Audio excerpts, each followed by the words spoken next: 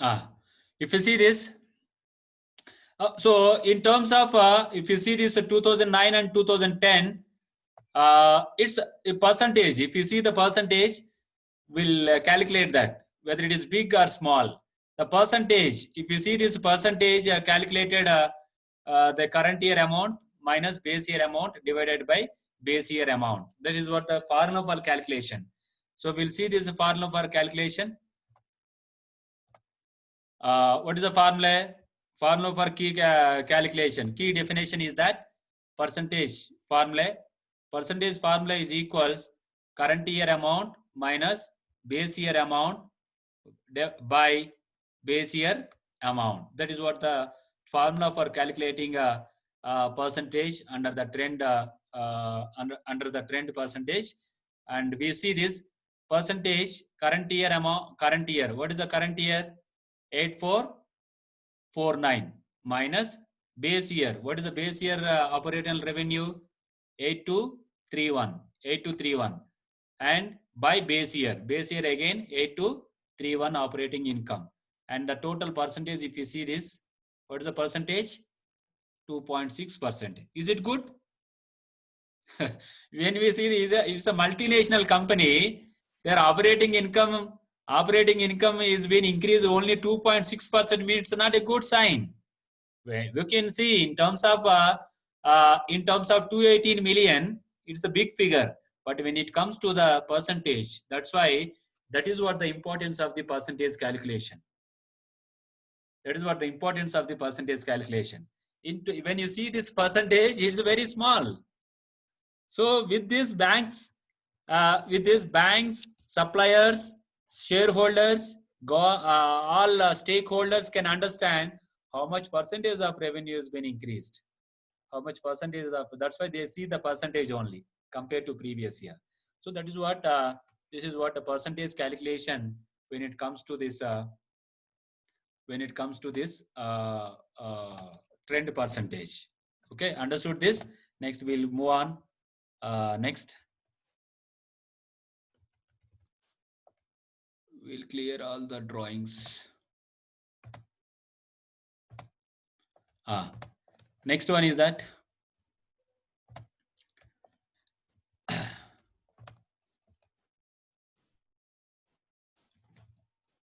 yeah, already we calculated 2.6%. So if you see this, the calculation as follows, shown that operating income is increased by 2% from 2009 to 2010. Although not an extraordinarily significant increase, this does represent positive result of Coca-Cola. It is a positive result, but extraordinarily not a significant increase. So like this, we can do interpretation by calculating the percentage under trend analysis. Under the trend analysis of an income statement and balance sheet, we can do that. Here. If you see this Coca-Cola company income statement, it is 2009 and 2010. 2009 is a base year, 2010 is a current year. By taking this, you can calculate the percentage, a trend percentage here. I already told you amount change. Yeah, I already told you the formula is that percentage formula. Here I have given here. You can see that current year amount, that is 2010, minus base year amount, that is 2009, by base year again 2009 only. Base year also again 2009. So like this, by taking this formula, you can calculate the trend percentages, and for each and every value, percentage can be calculated. You see, I calculated here. For example, I gave this calculation here. If you see this calculation,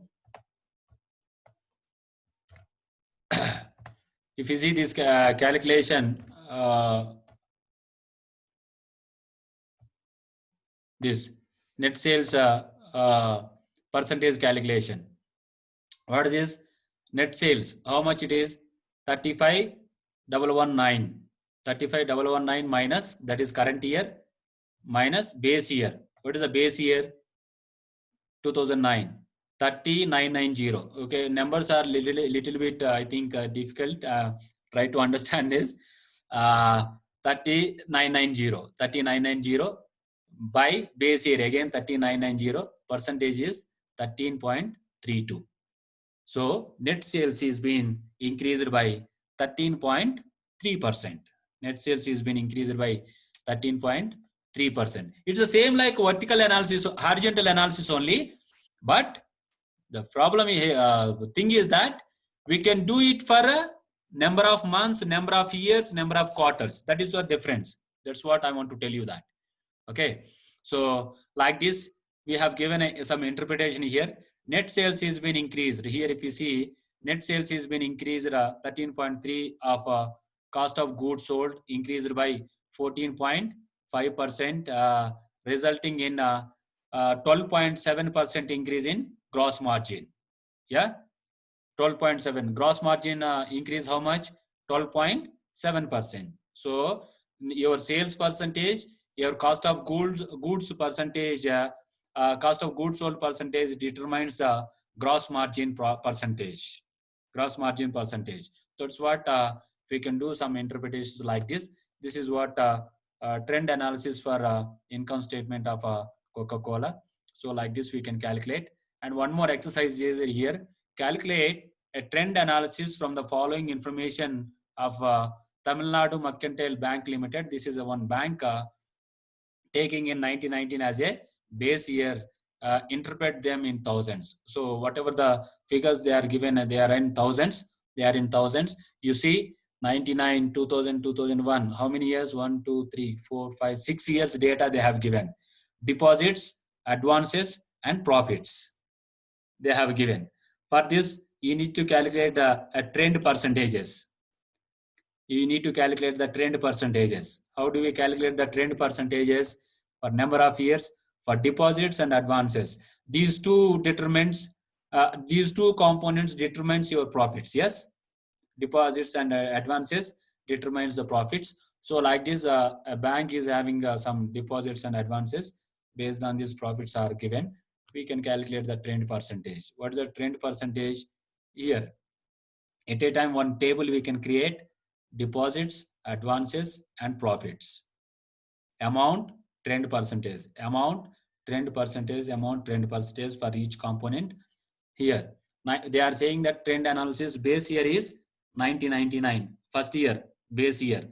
Base year can be taken 1999 as a 100. Base year can be taken as a 100. Okay, base year is taken as a 100 for all deposits, advances, and profits. And 2000, this can be calculated a percentage for 2000. How it is been calculated? The same formula. The same formula. Here I have given you the formula here. I have given you the formula here. The same formula can be calculated. Percentage current year amount 2010, not 2010, no, 2000 I think, not 2010, it is 2000. Current year 2000 we can take. Each year, base year is 99 means remaining all particular year if we take, that will be considered as a base year, current year. So like this, first we'll calculate for 2000. For 2000 we'll calculate the percentage. How can we calculate for 2000 deposits percentage, trend percentage? We can calculate like this. What is that? 266,45251. Okay, that is this amount current year minus base year. What is the base year? 1999. Yeah, 1999 base year amount how much? 20559498 divided by again base year. Again base year, the same amount only. This amount only, 2520559498. So if we calculate, it is 29.6%. 29.6%. As we are taking 1919 as a 100, that's why they are mentioning it is as a 129. Means 29% is been increased or decreased? Increased. Deposits are been increased by 29%. 129 they have taken because they are taking base year as 100. So 29%. So like this, every year you can calculate the trend percentage by taking this formula. Okay. So this is what trend percentage calculation in thousands. So we can see that I think it is continuously has been increasing, but it is increasing trend manner. Trend is been increasing only. Yes. No. Yes. No like fluctuations. No fluctuations. If you see profit, we see. If you see the profit, yeah, it is also in Doctor, I have one manner question. only. Doctor, I have one question. Yeah. Is there a competition 1 year from other years? If there is fluctuation, what are our conclusions? You keep it as a in bracket minus. And what is our interpretation if there is okay, fluctuation is there means if the other years are greater yes, than understood. If say for example in 2000 deposits are been increased by 29%. Say for example in 2001 deposits been increased, deposits may be decreased to 10%. Yeah. In that case, you have to interpret that in that particular year where you are seeing the fluctuation, you can interpret that management could unable to manage the deposits because in that particular year there is some reason. There is some particular reason for decreasing the deposits. So particular year, the deposits point of view, the company has not done good. Like that, you can mention the one point. Okay. If you know, for example, for that situation, if a bank or any company is giving a particular explanation to that point, below to that balance sheet or income statement, they'll release the notes. In that notes, they'll mention, is there any fluctuation? Is there any loss is there? They'll give the explanation for that. You can see that explanation and you can write, you can put one point in that. That is what. Okay, this is what a trend analysis that we can see in this. Now, those are the three techniques. Those are the three techniques that can be used for interpreting or analyzing the income statement and balance sheet. And fourth technique, I think most of you know, I think ratio analysis, very interesting, and most of the companies will follow this. Ratio analysis. Anybody knows the ratio analysis? Have you learned?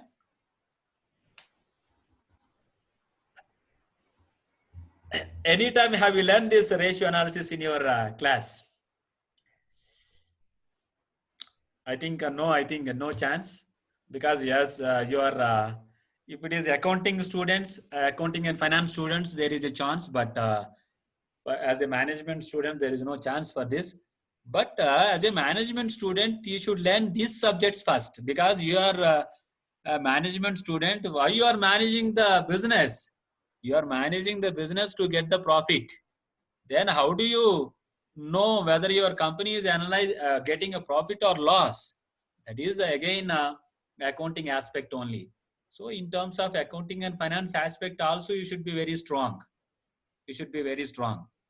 Here I don't see specializations here in MBA, but when it comes to the Indian MBA program, first year there would be a common programs. In second year, there are some specializations. They can choose a specialization subject, MBA in finance, MBA in HR, MBA in business analytics, MBA in information system, like that. In second year, they can choose their courses. So like that, I think I don't see that specializations in the second year here. I think it is a common for all, I think. Only MBA is in tourism is different, I think. Is it right? Are you in second year any segregation like HR student, finance student, like that? No, I think.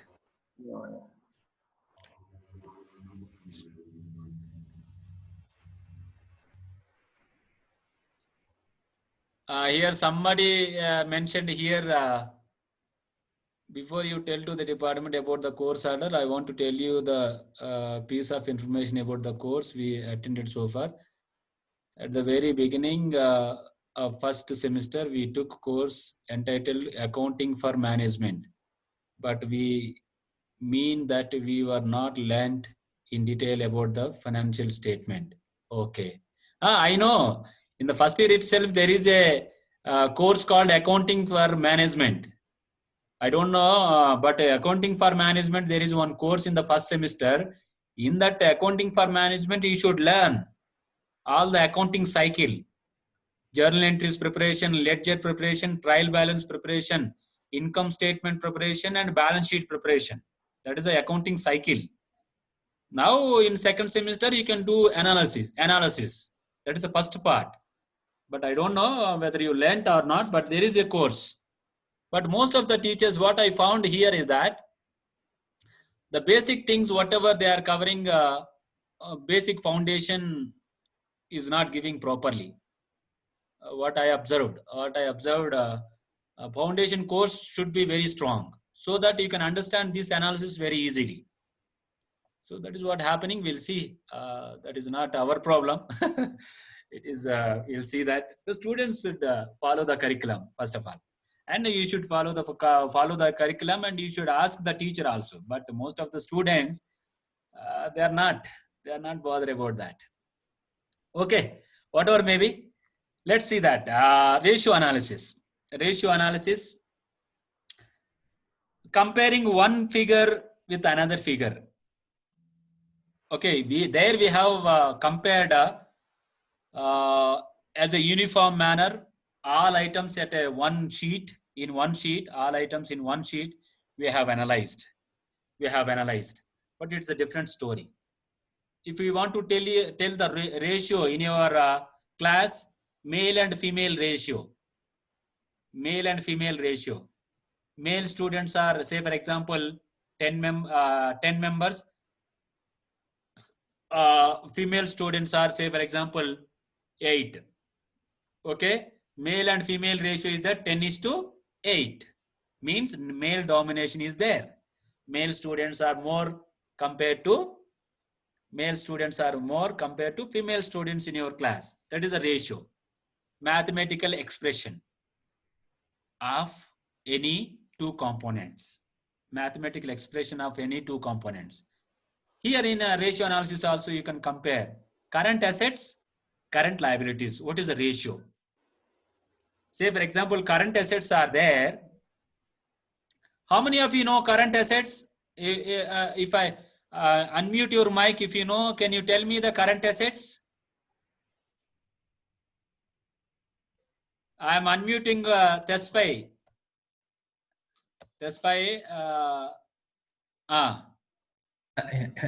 Yes, doctor. Tesfai, do you know about current assets?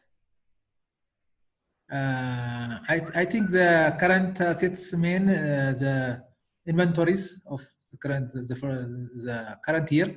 Okay.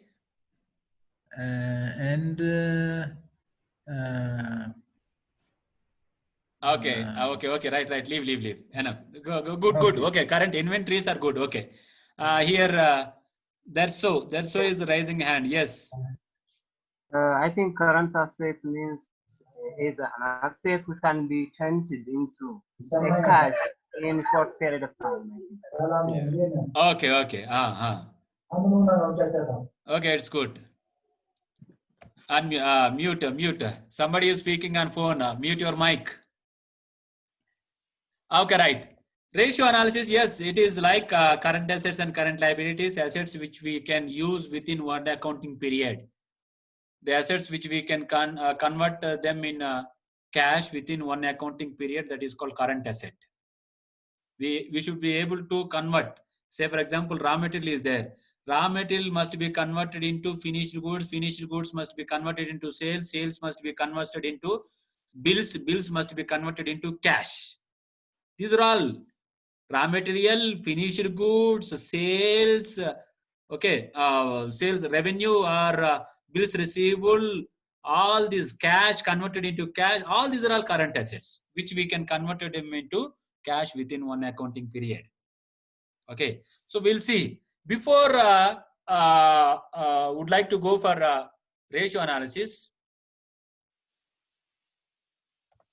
Before going for ratio analysis, even though it is out of syllabus, but I would like to share this. When you understand this operating cycle, then you can understand this, what are these current assets, current liabilities and all. You see, operating cycle it is. Any business you take, it is an operating cycle. This operating cycle is starting from here. What is this? Purchase goods or raw material.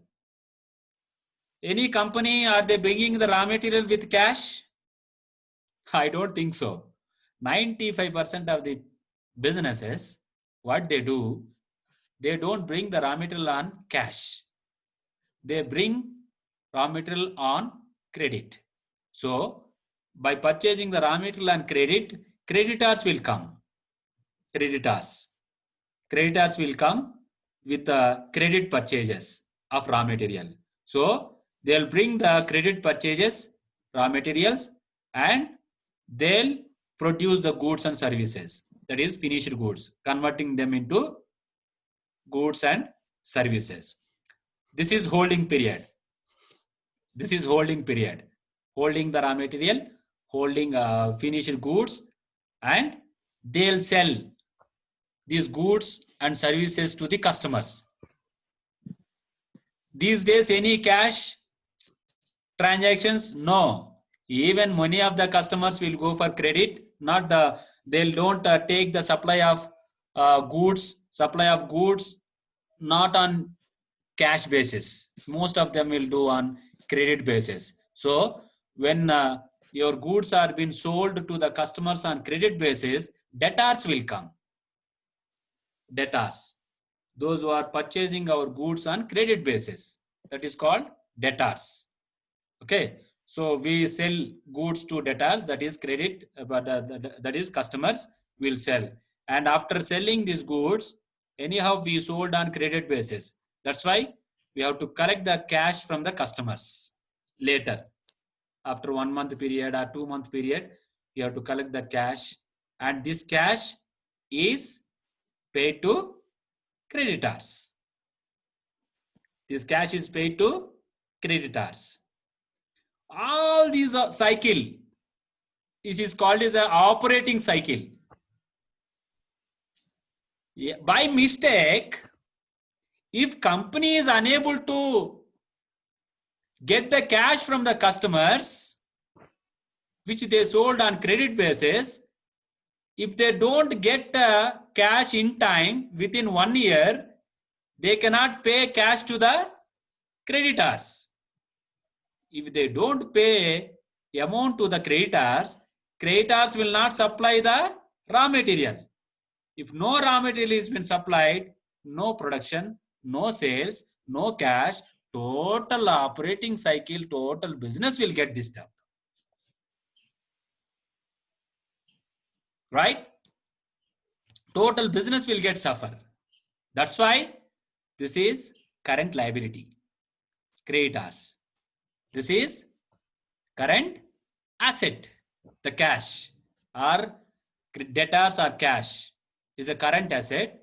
The creditors is a current liability. Always you need to use this current asset to pay this current liability. Otherwise, very difficult. If your business is not good, even though it's okay, sometimes they agree, okay, they'll give you raw material even though you are not paying. Even though you are not paying cash to the creditor, sometimes they'll pay the raw material to you. But your product is not good. Your product is out of competition. No sales movement from the market. It is been struck. Your cash is been struck in the form of finished goods in the godown, warehouse. Your raw material is been stuck because no sales movement, no finished goods, no raw material is been used. Raw material is in warehouse, Finished goods in warehouse, no sales in the market, no debtors, no cash payment to the creditors. Total operating cycle, and business will maybe shut down. That's why this operating cycle is very important, essential. This operating cycle, this we can say that debtors and bills and cash is been current assets. These creditors are the current liability. So always you need to have enough current assets to pay enough current liabilities. Otherwise, your operating cycle will get affected. So to know the ratio of current asset and current liability, we use a ratio analysis technique. Not only for that.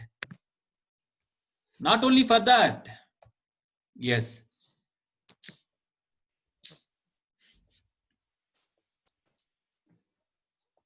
No, inventory is not a fixed asset. Somebody is asking that inventory is in a fixed asset. No. How many days can you use your inventory? Inventory can be converted. Inventory should be converted into sales within one accounting period. Otherwise, your business is no more. That's why inventory cannot be converted as a cash or the fixed asset. Fixed assets can be used like land, buildings, machinery, properties, furniture. All these can be used as a fixed assets or long-term assets. But current assets can be used only for one accounting period.